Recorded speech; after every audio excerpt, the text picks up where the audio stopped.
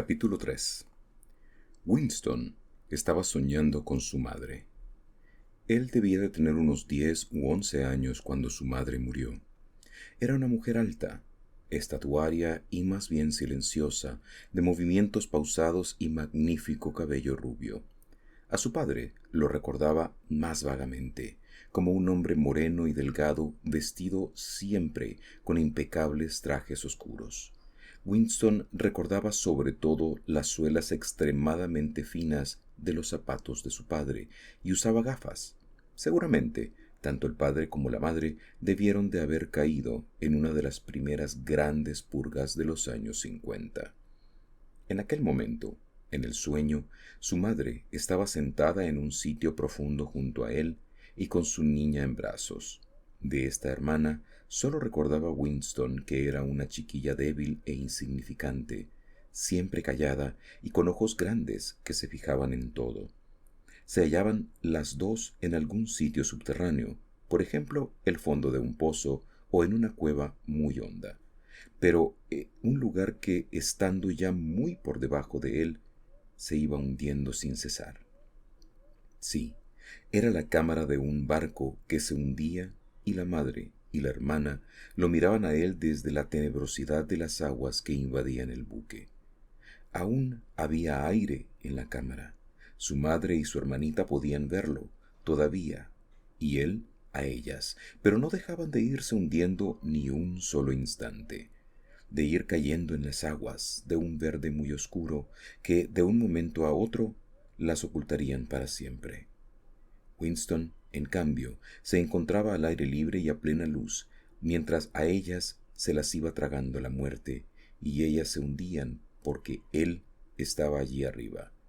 Winston lo sabía y también ellas lo sabían, y él descubría en las caras de ellas este conocimiento. Pero la expresión de las dos no le reprochaba nada, ni sus corazones tampoco. Él lo sabía. Y solo se transparentaba la convicción de que ellas morían para que él pudiera seguir viviendo allá arriba y que esto formaba parte del orden inevitable de las cosas. No podía recordar qué había ocurrido, pero mientras soñaba estaba seguro de que, de un modo u otro, las vidas de su madre y su hermana fueron sacrificadas para que él viviera. Era uno de esos sueños que, a pesar de utilizar toda la escenografía onírica habitual, son una continuación de nuestra vida intelectual y en los que nos damos cuenta de hechos e ideas que siguen teniendo un valor después del despertar.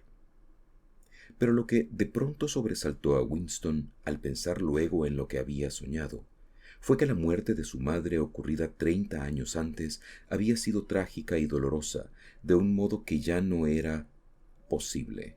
Pensó que la tragedia pertenecía a los tiempos antiguos y que sólo podía concebirse de una época en que habían aún intimidad, vida privada, amor y amistad, y en que los miembros de una familia permanecían juntos sin necesidad de tener una razón especial para ello. El recuerdo de su madre le torturaba, porque había muerto amándole cuando él era demasiado joven y egoísta para devolverle ese cariño, y porque de alguna manera, no recordaba cómo, se había sacrificado a un concepto de la lealtad que era privatísimo e inalterable. Bien comprendía Winston que esas cosas no podían suceder ahora. Lo que ahora había era miedo, odio y dolor físico, pero no emociones dignas ni penas profundas y complejas. Todo esto lo había visto, soñando, en los ojos de su madre y su hermanita, que lo miraban a él a través de las aguas verde oscuras, a una inmensa profundidad y sin dejar de hundirse. De pronto, se vio de pie sobre el césped en una tarde de verano en que los rayos oblicuos del sol doraban la corta hierba. El paisaje que se le aparecía ahora se le presentaba con tanta frecuencia en sueños que nunca estaba completamente seguro de si lo había visto alguna vez en la vida real. Cuando estaba despierto lo llamaba el país dorado. Lo cubrían pastos mordidos por los conejos, con un sendero que serpenteaba por él, y aquí y allá unas pequeñísimas elevaciones del terreno. Al fondo se veían unos olmos que se balanceaban suavemente con la brisa y sus follajes parecían cabelleras de mujer. Cerca aunque fuera de la vista corría un claro arroyuelo de lento fluir. La muchacha morena venía hacia él por aquel campo. Con un solo movimiento se despojó de sus ropas y las arrojó despectivamente a un lado. Su cuerpo era blanco y suave, pero no despertaba deseo en Winston, que se limitaba a contemplarlo. Lo que le llenaba de entusiasmo en aquel momento era el gesto con que la joven se había librado de sus ropas. Con la gracia y el descuido de aquel gesto parecía estar aniquilando toda su cultura, todo un sistema de pensamiento, como si el gran hermano, el partido y la policía del pensamiento pudieran ser barridos y enviados a la nada con un simple movimiento del brazo. También aquel gesto pertenecía a los tiempos antiguos. Winston se despertó con la palabra Shakespeare en los labios. La telepantalla emitía en aquel instante un prolongado silbido que partía el tímpano y que continuaba en la misma nota 30 segundos. Eran las 07:15, la hora de levantarse para los oficinistas. Winston se echó abajo en la cama, desnudo porque los miembros del partido exterior recibían solo 3,000 cupones para vestimenta durante el año y un pijama necesitaba 600 cupones. Y se puso en un sucio singlet y unos shorts que estaban sobre una silla. Dentro de 3 minutos empezarían las sacudidas físicas. Inmediatamente le entró el ataque de tos habitual en él en cuanto se despertaba. Vació tanto sus pulmones que para volver a respirar tuvo que tenderse de espaldas abriendo y cerrando la boca repetidas veces y en rápida sucesión. Con el esfuerzo de la tos se le hinchaban las venas y sus várices le habían empezado a escocer. Grupo de 30 a 40, ladró una penetrante voz de mujer. Grupo de 30 a 40, ocupad vuestros sitios, por favor. Winston se colocó de un salto a la vista de la telepantalla, en la cual había aparecido ya la imagen de una mujer más bien joven, musculosa y de facciones duras, vestida con una túnica, calzando sandalias de gimnasia. «Doblad y extended los brazos», gritó. «Contad a la vez que yo. 1, 2, 3, 4. 1, 2, 3, 4. Vamos, camaradas, un poco de vida en lo que hacéis. 1, 2, 3, 4. 1, 2, 3, 4». La intensa molestia de su ataque de tos no había logrado desvanecer en Winston la impresión que le había dejado el ensueño, y los movimientos rítmicos de la gimnasia contribuían a conservarle aquel recuerdo. Mientras doblaba y desplegaba mecánicamente los brazos, sin perder ni por un instante la expresión de contento que se consideraba apropiada durante las sacudidas físicas, se esforzaba por resucitar el confuso período de la primera infancia. Pero le resultaba extraordinariamente difícil. Más allá de los años 50 y tantos, al final de la década, todo se desvanecía. Sin datos externos de ninguna clase a que referirse, era imposible reconstruir ni siquiera el esquema de la propia vida. Se recordaban los acontecimientos de enormes proporciones que muy bien podían no haber acaecido. Se recordaban también detalles sueltos de hechos sucedidos en la infancia de cada uno, pero sin poder captar la atmósfera. Y había extensos periodos en blanco donde no se podía colocar absolutamente nada. Entonces todo había sido diferente, incluso los nombres de los países y sus formas en el mapa. La franja aérea número 1, por ejemplo, no se llamaba así en aquellos días. La llamaban Inglaterra o Bretaña, aunque Londres, Winston estaba casi seguro de ello, se había llamado siempre Londres. No podía recordar claramente una época en que su país no hubiera estado en guerra, pero era evidente que había un intervalo de paz bastante largo durante su infancia, porque uno de sus primeros recuerdos era el de un ataque aéreo que parecía haber cogido a todos por sorpresa. Quizá fue cuando la bomba atómica cayó en Colchester. No se acordaba del ataque propiamente dicho, pero sí de la mano de su padre que le tenía cogida la suya mientras descendían precipitadamente por algún lugar subterráneo muy profundo, dando vueltas por una escalera de caracol que finalmente le había cansado tanto las piernas que empezó a sollozar y su padre tuvo que dejarle descansar un poco. Su madre, Lenta y pensativa como siempre, lo seguía a bastante distancia. La madre llevaba a la hermanita de Winston, o quizás solo llevase un lío de mantas. Winston no estaba seguro de que su hermanito hubiera nacido por entonces. Por último, desembocaron a un sitio ruidoso y atestado de gente, una estación de metro. Muchas personas se hallaban sentadas en el suelo de piedra y otras, arracimadas, se habían instalado en diversos objetos que llevaban. Winston y sus padres encontraron un sitio libre en el suelo y junto a ellos un viejo y una vieja se apretaban el uno contra el otro. El anciano vestía un buen traje oscuro y una boina de paño negro, bajo la cual le asomaba abundante cabello muy blanco. Tenía la cara enrojecida, los ojos azules y lacrimosos. Olía a ginebra. Esta parecía salírsele por los poros en vez del sudor, y podría haberse pensado que las lágrimas que le brotaban de los ojos eran ginebra pura. Sin embargo, a pesar de su borrachera, sufría de algún dolor auténtico e insoportable. De un modo infantil, Winston comprendió que algo terrible, más allá del perdón y que jamás podría tener remedio, acababa de ocurrirle al viejo. También quería saber de qué se trataba. Alguien a quien el anciano amaba, quizá alguna nietecita, había muerto en el bombardeo. Cada pocos minutos repetía el viejo: no debíamos habernos fiado de ellos. ¿Verdad que te lo dije, abuelita? Nos ha pasado esto por fiarnos de ellos. Siempre lo he dicho. Nunca debimos confiar en esos canallas. Lo que Winston no podía recordar es a quién se refería el viejo y quiénes eran esos de los que no había que fiarse.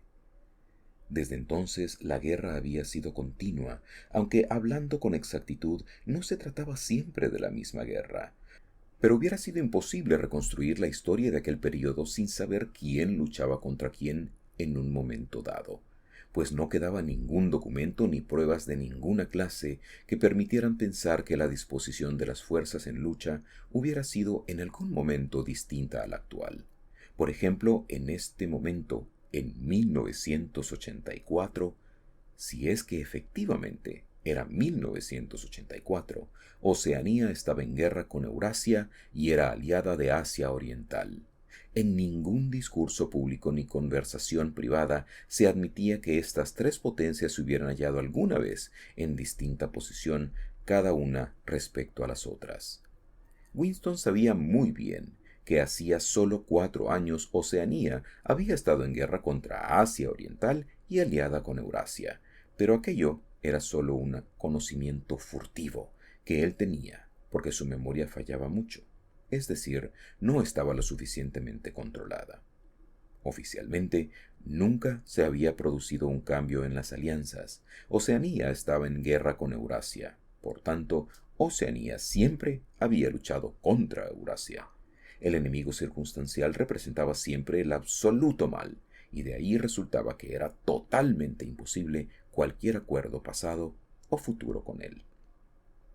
Lo horrible, pensó por 10.000ª vez mientras se forzaba los hombros dolorosamente hacia atrás, con las manos en las caderas, giraban sus cuerpos por la cintura, ejercicio que se suponía conveniente para los músculos de la espalda. Lo horrible era que todo ello podía ser verdad.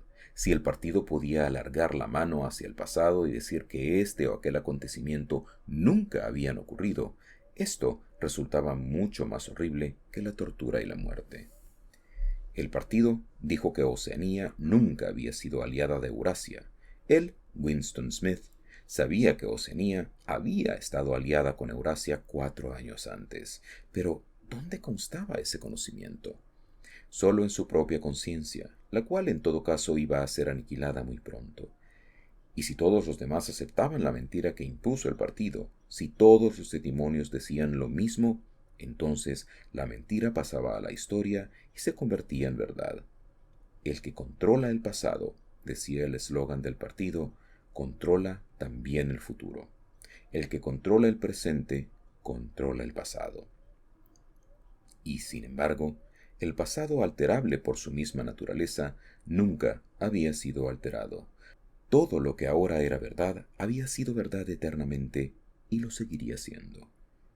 Era muy sencillo, lo único que se necesitaba era una interminable serie de victorias que cada persona debía lograr sobre su propia memoria, A esto le llamaban control de la realidad. Pero en neolengua había una palabra especial para ello: doble pensar. Descansen, ladró la instructora, cuya voz parecía ahora menos malhumorada. Winston dejó caer los brazos de sus costados y volvió a llenar de aire sus pulmones. Su mente se deslizó por el laberíntico mundo del doble pensar, saber y no saber, hallarse consciente de lo que es realmente verdad mientras se dicen mentiras cuidadosamente elaboradas, sostener simultáneamente dos opiniones sabiendo que son contradictorias y creer sin embargo en ambas, emplear la lógica contra la lógica, repudiar la moralidad mientras se recurre a ella. Creer en la democracia es imposible y que el partido es el guardián de la democracia. Olvidar cuando fuera necesario olvidar y no obstante recurrir a ello, volverlo a traer a la memoria en cuanto se necesitara y luego olvidarlo de nuevo. Y sobre todo, aplicar el mismo proceso al procedimiento mismo. Esta era la más refinada sutileza del sistema: inducir conscientemente a la inconsciencia y luego hacerse inconsciente para no reconocer que se había realizado un acto de autosugestión. Incluso comprender la palabra doble pensar implicaba el uso del doble pensar. La instructora había vuelto a llamarles la atención. Y ahora, a ver cuáles de vosotros pueden tocarse los dedos de los pies sin doblar las rodillas, gritó la mujer con gran entusiasmo. Por favor, camaradas. 1, 2, 1, 2. A Winston le fastidiaba indeciblemente este ejercicio que le hacía doler todo el cuerpo y a veces le causaba golpes de tos. Ya no disfrutaba con sus meditaciones. El pasado, pensó Winston, no solo había sido alterado, sino que estaba siendo destruido. Pues, ¿cómo iba usted a establecer el hecho más evidente si no existía más prueba que el resultado de su propia memoria? Trató de recordar en qué año había oído hablar por primera vez del Gran Hermano. Por supuesto, en los libros de historia editados por el partido, el Gran Hermano figuraba como jefe y guardián de la revolución desde los primeros días de ésta. Sus hazañas habían ido retrocediendo en el tiempo cada vez más y ya se extendían hasta el mundo fabuloso de los años 40 y 30, cuando los capitalistas con sus extraños sombreros cilíndricos cruzaban todavía por las calles de Londres en relucientes automóviles o en coches de caballos. Pues aún quedaban vehículos de estos. Con lados de cristal, desde luego, se ignoraba cuánto había de cierto en esta leyenda y cuánto de inventado. Winston no podía recordar ni siquiera en qué fecha había empezado el partido a existir. No creía haber oído de la palabra INSOC antes de 1960, pero era posible que en su forma viejo-lingüística, es decir, socialismo inglés, hubiera existido antes. Todo se había desvanecido en la niebla. Sin embargo, a veces era posible poner el dedo sobre una mentira concreta. Por ejemplo, no era verdad, como pretendían los libros de historia lanzados por el partido, que éste hubiera inventado los aeroplanos. Winston recordaba los aeroplanos desde su más temprana infancia, pero tampoco podría probarlo. Nunca se podía probar nada. Solo una vez en su vida había tenido en sus manos la innegable prueba documental de la falsificación de un hecho histórico, y en aquella ocasión... «¡Smith!», chilló la voz de la telepantalla. 6079, Smith W. Sí, tú, inclínate más, por favor. Puedes hacerlo mejor. Es que no te esfuerzas. Más doblado, haz el favor. Ahora está mucho mejor, camarada. Descansad todos y fijaos en mí.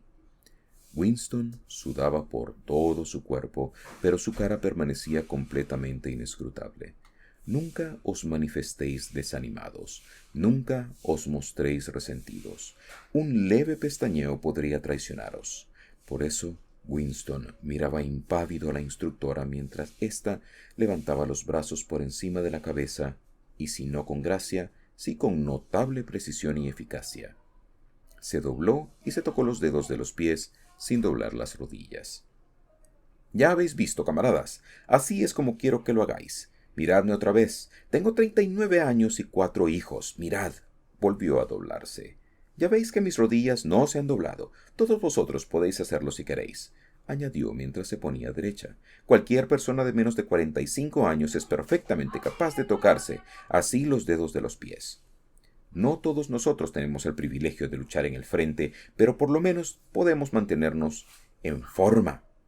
Recordad a nuestros muchachos en el frente Malabar y a los marineros de las fortalezas flotantes. Pensad en las penalidades que han de soportar. Ahora, probad otra vez. Eso está mejor, camaradas, mucho mejor, añadió en tono estimulante dirigiéndose a Winston, el cual, con un violento esfuerzo, había logrado tocarse los dedos de los pies sin doblar las rodillas. Desde varios años atrás, no lo conseguía. Final del capítulo 3. Gracias por la paciencia. Bueno, hace poco también publiqué un video hablando sobre este anime Fumetsu no Anata-e, que es traducido como To Your Eternity o Hacia tu Eternidad. Pero pues capítulo tenía ratos de no publicar. Gracias por la paciencia. Como siempre estamos por aquí tratando de llevar contenido para ustedes. Espero les sea de su agrado. Y pues nada, como siempre, infinitas gracias. Recuerde si le ha gustado, dele like, compártalo, suscríbase que es completamente gratis. Sígame en las redes sociales que le voy a dejar aquí abajito. Si quiere también, al final de este video y aquí abajito en la caja de descripción, le dejo mi dirección de Patreon y de Ko-fi por si quiere convertirse en mi mecenas. Cuídense mucho. Hasta pronto. Paz.